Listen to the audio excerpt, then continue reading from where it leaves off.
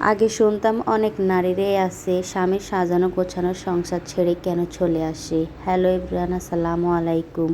আশা করি সবাই অনেক ভালো আছেন। তো আজকে আমি আপনাদের সাথে কিছু কথা শেয়ার করব। আগে শুনতাম অনেক মেয়ে স্বামীর সাজানো গোছানো সংসার ছেড়ে চলে আসে। আবার আমরা নানান রকম কথা ভাবতাম, এই মেয়েটার তো এত সুন্দর জায়গায় বিয়ে হয়েছে, এত স্মার্ট একটা ছেলে পাইছে, অনেক সুন্দর একটা বাড়ি গাড়ি সব কিছুই তো আছে, তাহলে কেন মেয়েটা চলে আসলো। মানে নানান রকমের কথাবার্তা মানুষের কাছ থেকে শুনতাম, জানতাম।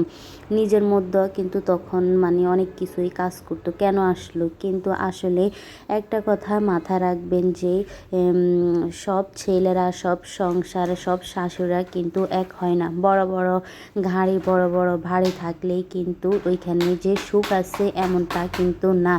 তো অবশ্যই তারপর আস্তে আস্তে যখন বড় হই তখনই বুঝতে পারলাম যে আসলেই চাকরি বাকরি হলে যে একটা ছেলে সৎ, একটা ছেলে ভালো মেয়েটাকে সুখে রাখে, এটা কিন্তু নয়।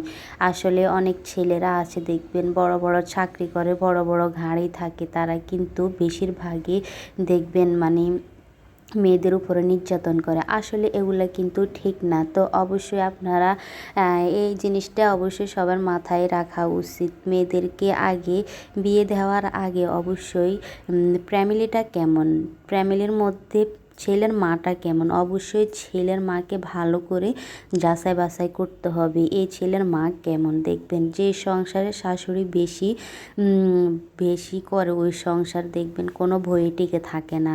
তো অবশ্যই আমি আমার ভাইদের উদ্দেশ্যে কিছু কথা বলি। প্রত্যেকটা নারীরকে আপনারা সম্মান দেওয়া উচিত, কারণ তারা আপনারা যেমন বাইরে কাজকর্ম করেন, ওনারাও কিন্তু, আমরা কিন্তু সংসারে কম কাজকর্ম করি না। আমরা একজন গৃহিণীরা কিন্তু সকাল থেকে রাত পর্যন্ত অনেক কাজকর্ম করে, কিন্তু এ নয় যে তারা সারাক্ষণ শুয়ে বসে খায়। আসলে এই যে কাজকর্মের পিছনে নানান কাহিনী আছে। সেই সকাল থেকে কাজ স্টার্ট হয় রাত পর্যন্ত, সংসার সামলানো, বাচ্চা সামলানো, তারপর খাবার দাবার তো আছেই।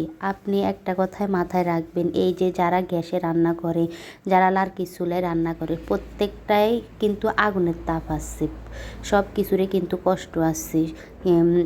কথা একটাই যে এই গ্যাসের মধ্যে লার্কি নাড়ানো লাগে না, কিন্তু ওই ঠিকই তাপটা গায়ে আসে। রান্না করতে কিন্তু অনেক কষ্ট হয়, অনেক কষ্ট আছে, ধোয়া ফালা থেকে কাটা কুটায় অনেক কিছু কষ্ট করতে হয়। তো অবশ্যই নারীদেরকে সম্মান দেওয়া উচিত। তাই এখন ভাবতেছি আসলে নারীরা কেন সংসার ছেড়ে চলে আসে। ভাবতাম তাদের কি স্বামীর জন্য মায়া হয় না, কিভাবে স্বামীর সংসার ছেড়ে চলে যায়, এখন বুঝতে পারছি।